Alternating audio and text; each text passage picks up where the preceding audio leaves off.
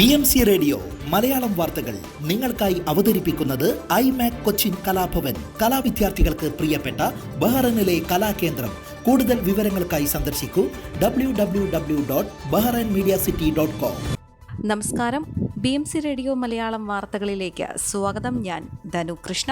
പുതിയ സീസണിലെ ആദ്യ ക്രൂയിസ് കപ്പൽ യൂറേബിയ ബഹ്റൈനിലെത്തിയതോടെ രാജ്യത്തെ ക്രൂയിസ് കപ്പൽ സീസണിന് തുടക്കമായി. ബഹ്റൈനിലെ വളരുന്ന ടൂറിസം മേഖലയ്ക്ക് ആവേശകരമായ അധ്യായത്തിനാണ് ഇതോടെ തുടക്കം കുറിക്കുന്നത്.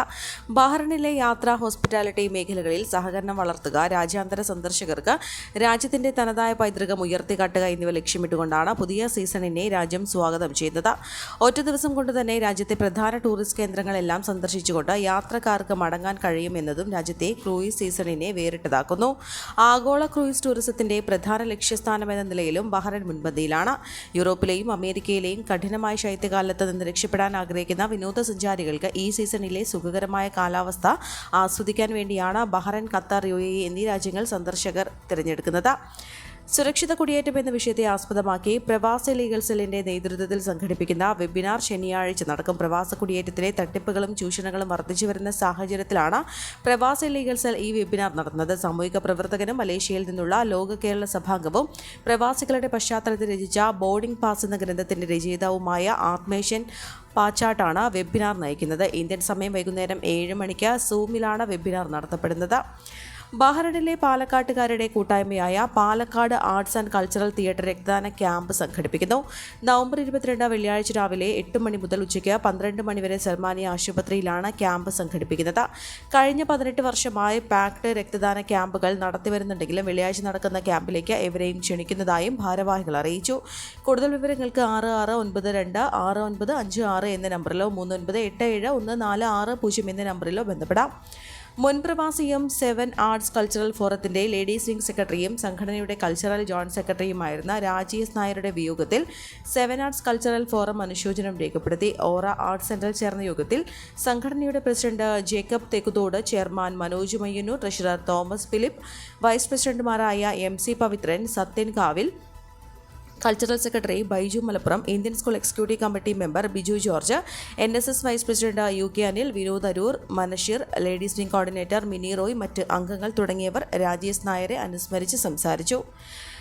കാനഡയിൽ നിന്ന് ഇന്ത്യയിലേക്ക് പറക്കുന്ന യാത്രക്കാർക്ക് ഉയർന്ന സുരക്ഷാ സ്ക്രീനിംഗ് നടപടികൾ നേരിടേണ്ടി വരുമെന്ന് റിപ്പോർട്ട്. കനഡിയൻ ഗതാഗത മന്ത്രി അനിത ആനന്ദാണ് പുതിയ നീക്കം പ്രഖ്യാപിച്ചത്.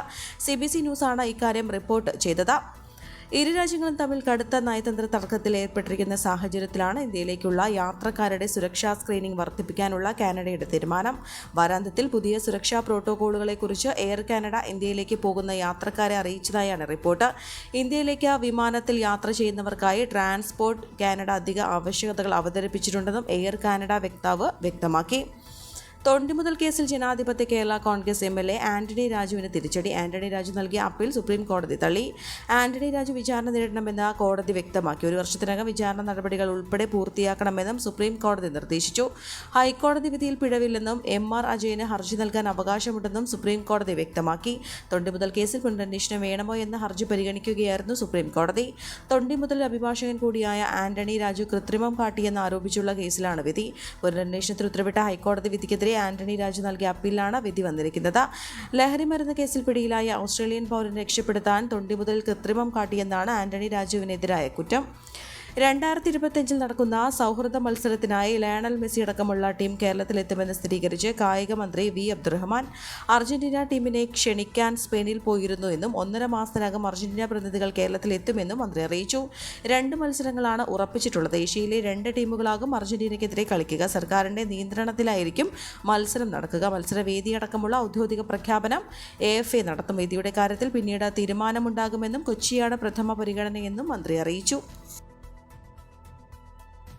വിദേശ മലയാളിയിൽ നിന്ന് 25,000 രൂപ കൈക്കൂലി വാങ്ങുന്നതിനിടെ വൈക്കം ARN വിഭാഗം ഡെപ്യൂട്ടി തഹസിൽദാർ അറസ്റ്റിൽ. വൈക്കം ആലത്തൂർപ്പടി തുണ്ടത്തിൽ TK സുഭാഷ് കുമാറിനെയാണ് കോട്ടയം വിജിലൻസ് സംഘം ബുധനാഴ്ച ഉച്ചയ്ക്ക് 12:30 വൈക്കം പടിഞ്ഞാറേ നടയിലെ SBI ATM സമീപത്ത് നിന്ന് അറസ്റ്റ് ചെയ്തത്. മുളക്കുളം സ്വദേശിയുടെ ഭാര്യയുടെ പേരിലുള്ള സ്ഥലം പോക്കുവരവ് ചെയ്യാനാണ് സുഭാഷ് കൈക്കൂലി ആവശ്യപ്പെട്ടത്. 24 സെന്റ് സ്ഥലമാണ് വിദേശ മലയാളി ഭാര്യയുടെ പേരിൽ വാങ്ങിയത്.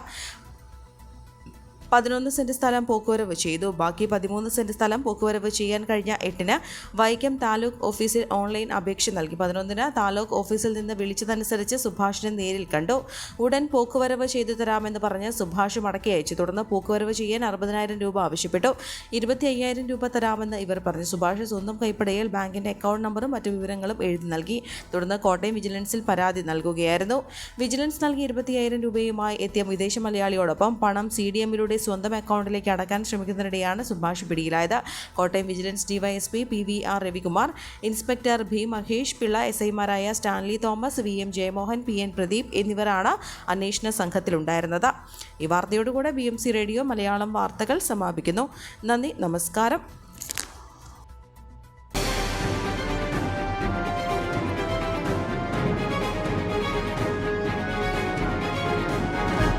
BMC റേഡിയോ മലയാളം വാർത്തകൾ നിങ്ങൾക്കായി അവതരിപ്പിക്കുന്നത് iMac കൊച്ചിൻ കലാഭവൻ. കലാവിദ്യാർത്ഥികൾക്ക് പ്രിയപ്പെട്ട ബഹ്റൈനിലെ കലാകേന്ദ്രം. കൂടുതൽ വിവരങ്ങൾക്കായി സന്ദർശിക്കൂ www.bahrainmediacity.com.